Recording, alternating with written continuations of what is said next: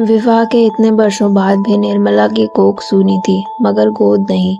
तीनों देवरों के सारे बच्चे निर्मला को अपनी बड़ी माँ मानते थे और कोख से जन्म देने वाली माँ को दूसरी। परिवार के सारे बच्चों की वह बड़ी माँ थी। घर की 4 बहुओं में से निर्मला सबसे बड़ी थी और बड़ी होने के नाते पूरे घर की कमान भी हमेशा उन्हीं के हाथों में रही। बड़ी माँ के हिसाब से ही सारा घर चलता था। अपनी सासू माँ के गुजर जाने के बाद से ही वह इस जिम्मेदारी को निभाती रही हैं। बड़ी माँ को घर के बच्चों से बहुत ज़्यादा मोह था, मगर सिर्फ लड़कों से। लड़कों को तो खूब लाड प्यार करती, खूब घी दूध खिलाती पिलाती, लेकिन लड़कियों के लिए अक्सर कहती कि बेटियों को दुलार कर ज़्यादा सिर पर चढ़ाने की ज़रूरत नहीं है। मरने के बाद गया जी में अस्थि विसर्जन करने वह नहीं लेकर जाएंगी। इन्हें तो एक दिन पराए घर चले जाना है। घर में लड़कियों के लिए ही सारे कायदे कानून बने थे, जैसे कि अंधेरा होने के बाद वे घर से बाहर नहीं जा सकती। कहीं जाना हो तो भाई या माँ को लेकर जाओ। किसी लड़के से किसी तरह की बातचीत पर कड़ाई से पाबंदी थी, जबकि लड़कों के लिए किसी तरह की कोई पाबंदी नहीं थी।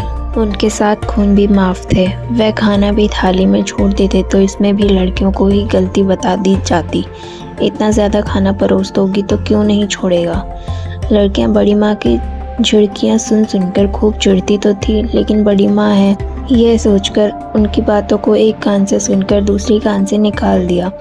कभी उनकी कही हुई बातों का बुरा नहीं माना।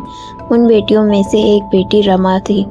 रमा परिवार की सबसे छोटी बेटी थी। धीरे धीरे परिवार बड़ा होता गया, घर में जगह कम पड़ने लगी, तो बेटों ने तो आसपास अपने रहने के लिए अलग अलग ठिकाने खोज लिए थे, लेकिन बाकी सब इसी घर में बड़ी माँ के साथ रहे। नए जमाने की बयार में घर परिवार की लड़कियां स्कूल जाने लगी। दुनियादारी की समझ बढ़ी तो बड़ी माँ के विचारों से जब तक बच्चों का टकराव भी हो जाता था। समय बदला, लेकिन बड़ी माँ के विचार नहीं बदले। सभी बच्चे सयाने हो गए थे। हाँ, बड़ी माँ में बदलाव आया था, तो सिर्फ इतना कि सयाने बच्चों के आगे अब बड़ी माँ कुछ कम जरूर बोलने लगी थी। परिवार के बड़े बेटे बेटियों का विवाह होते होते बड़ी माँ 65 वर्ष की हो गई थी। बेटे बहुओं को देखकर बड़ी माँ की खुशी का ठिकाना ना था। उन्हें खूब ढेर सारा आशीष देती और अपना कलेजा ठंडा करती। परिवार की सबसे छोटी बेटी रमा का भी रिश्ता कर दिया था। रमा की शादी का दिन था। सुबह से ही घर में शादी की तैयारियां चल रही थी।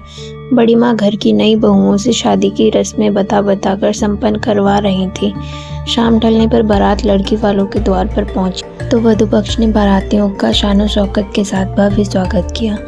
दूल्हे को द्वार पूजा के लिए बुलाया गया। कार से उतरते हुए दूल्हे को देखने के लिए वधू पक्ष के लोग, लड़की की बहनें, भाभियां सभी द्वार पर नजरें गड़ाए हुए थी। घर की छत से रमा और उसकी सहेलियां भी दूल्हे को देखने के लिए उत्सुक थी। दूल्हा कार से काफी देर में बाहर निकला। वह चाह कर भी चल नहीं पा रहा था। लड़के को 2-3 लोग पकड़कर द्वार पूजा करवा रहे थे। कन्या पक्ष के लोगों ने जब पकड़ने का कारण पूछा तो पकड़े हुए लोगों ने लड़के को छोड़ दिया। तभी नशे में दूल्हा धड़ाम से नीचे गिर पड़ा। इसे देखकर कन्या पक्ष के लोगों में हड़कंप मच गया और मारपीट की नौबत आ गई। इस बीच किसी ने पुलिस को बुला लिया। लड़की वालों ने शादी से इनकार कर दिया और पुलिस की मौजूदगी में वर वधू पक्ष में सहमति बनने के बाद ये शादी रोक दी गई और बगैर विवाह की बारात वापस लौट गई। दुल्हन बनी रमा की शादी नहीं हो पाई। जिस दिन से बारात दरवाजे से वापस लौटी है, तब से ही बड़ी माँ को रमा का रहना बहुत अखरने लगा था। कभी कभी तो ताना भी मारती कि मायके में रहने वाली बेटी को भाई भाभीयों से हमेशा दब कर रहना पड़ता है। एक बार बारात वापस लौट जाए तो दूसरी जगह रिश्ता होना भी आसान नहीं है। उदास रमा कुछ ना बोलती। एक सुबह की बात है, बड़ी माँ पूजा पाठ करने के बाद गौ माता को रोटी खिला रही थी कि अचानक उनके शरीर से दाहिने हिस्से ने काम करना बंद कर दिया। जल्दी में उन्हें लेकर अस्पताल पहुंचे। डॉक्टर ने बताया कि इनके आधे शरीर में लकवा मार गया है। इलाज लंबा चलेगा, इनकी सेवा करनी होगी, इन्हें घर में ही रखिए। 1 महीना हॉस्पिटल में इलाज करवाने के बाद घर के लोगों ने भी घर से ही इलाज करने में भलाई समझी। लकवे की वजह से बड़ी माँ पूरी तरह बिस्तर पर पड़ चुकी थी। बीमारी की खबर मिलते ही बड़ी माँ की बहन, भाई, भतीजे के अलावा दूर और नज़दीक के तमाम रिश्तेदारों ने देखने के लिए आए, लेकिन सबने बस हाल चाल लिया और चलते बने। आग्रह करने पर भी बड़ी माँ के पास चंद दिनों के लिए रुकने को कोई राजी ना हुआ। घर की बहुओं ने भी अपने घर की परेशानियां गिनवाकर कन्नी काट ली।